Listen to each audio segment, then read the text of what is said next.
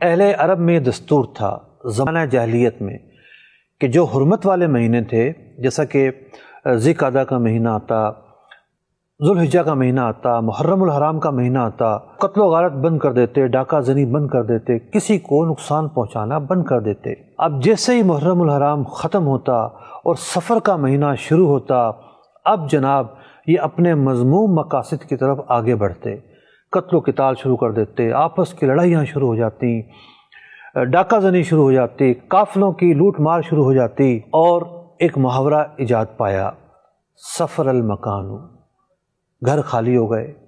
کہاں گئے بے نوجوان، کہاں گئے مرد؟ گھر خالی ہو گئے، قتل و قتال کے لیے گئے ہوئے ہیں، لوٹ مار کے لیے گئے ہوئے ہیں۔ اب ایک طرف تو گھر خالی ہونے کا جو محاورہ تھا وہ یہاں سے شروع ہوا، دوسری طرف ظاہر بات ہے قافلہ نکلا ہوا ہے تو ڈاکو بھی ملے، یا دو قبائل آپس میں لڑ رہے ہیں تو قتل و قتال بھی ہوا۔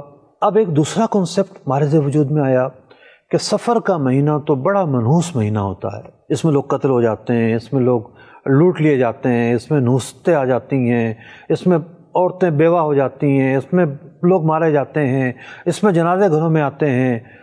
لیکن جو اس کا اصل سبب تھا اور پس منظر تھا وہ تو یہ تھا کہ وہ 3 مہینے سے سٹاپ کر کے بیٹھے ہوتے تھے اور انتظار کر رہے ہوتے تھے، اور جیسے ہی محرم ختم ہوتا اور سفر شروع ہوتا اور ان کی فساد اور بربادی کی کہانی شروع ہو جاتی جو ان کے اپنے ہاتھوں کی شروع کی ہوئی تھی، اس میں سفر کا کوئی قصور نہیں تھا۔ یہ جو ہمارے پاک و ہند میں سفر کو خالی کا مہینہ کہتے ہیں، تو اس کا جو ثبوت ہے وہ تو ہمیں عرب سے ملتا ہے، زمانہ جاہلیت سے ملتا ہے کہ سفر المکان تو وہاں سے شروع ہوا تھا، تو وہیں سے یہ کنسیپٹ آگے بڑھتا بڑھتا یہاں تک پہنچا، اور لوگوں نے اسی زمانے میں سفر کو منحوس مہینہ سمجھنا شروع کر دیا۔ بخاری شریف کی ایک طویل حدیث پاک ہے، اس حدیث پاک میں بنیادی طور پر بدشگونی کرنے سے منع کیا گیا ہے۔ بدشگونی کیا ہوتی ہے؟ آپ نکلے اور بلی آپ کو راستے میں مل گئی، وہ بھی کالی تھی جناب، اور آپ نے سوچا ارے جناب کالی بلی مل گئی، یہ تو جناب سفر میرا اچھا نہیں ہے۔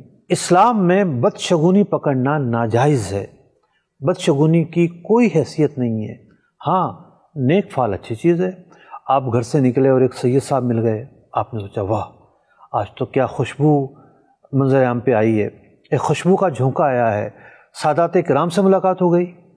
آپ گھر سے نکلے اور ایک عالم دین سے ملاقات ہو گئی، تو نیک فعل تو آپ پکڑیں گے، نیک فعل پکڑنا ایک اچھی بات ہے، لیکن بدشگونی جائز نہیں ہے۔ ایک حدیث مبارکہ کے اندر بڑی تفصیل کے ساتھ بدشگونی پر بات کرتے ہوئے بہت ساری بدشگونیوں کی مذمت کی گئی۔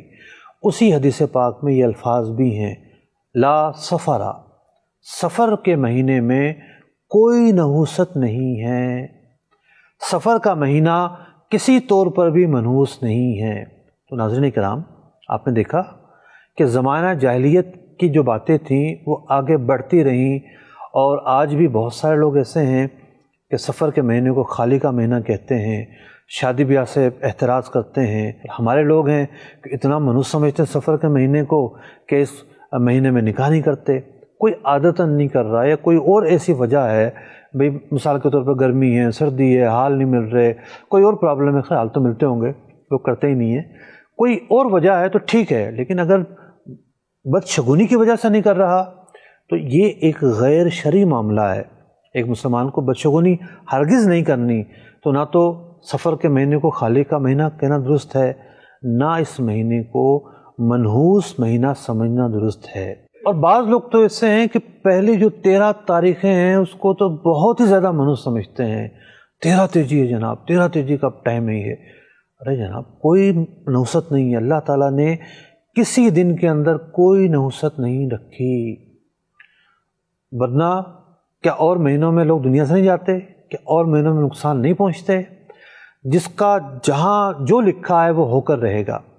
بعض اوقات تقدیر جو ہے وہ تدبیر کی وجہ سے ٹل جاتی ہے، نیک دعا کی وجہ سے، اچھے عمل کی وجہ سے، کسی اور بنا پر ٹل جاتی ہے، لیکن بسا اوقات تقدیر تدبیر پر غالب آ جاتی ہے، جو لکھا ہے وہ ہو کر رہتا ہے۔ تو اس مہینے کو ہرگز منحوس نہ سمجھا جائے۔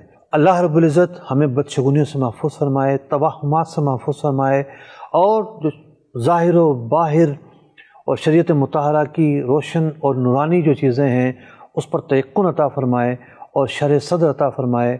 اللہم ارنا حقائق الاشیاء کما ہی، اللہم ارنا الحق حقا وارزقنا اتباعہ وارنا الباطل باطلا وارزقنا اجتنابہ، آمین بجاہ النبی الامین صلی اللہ تعالی علیہ وسلم۔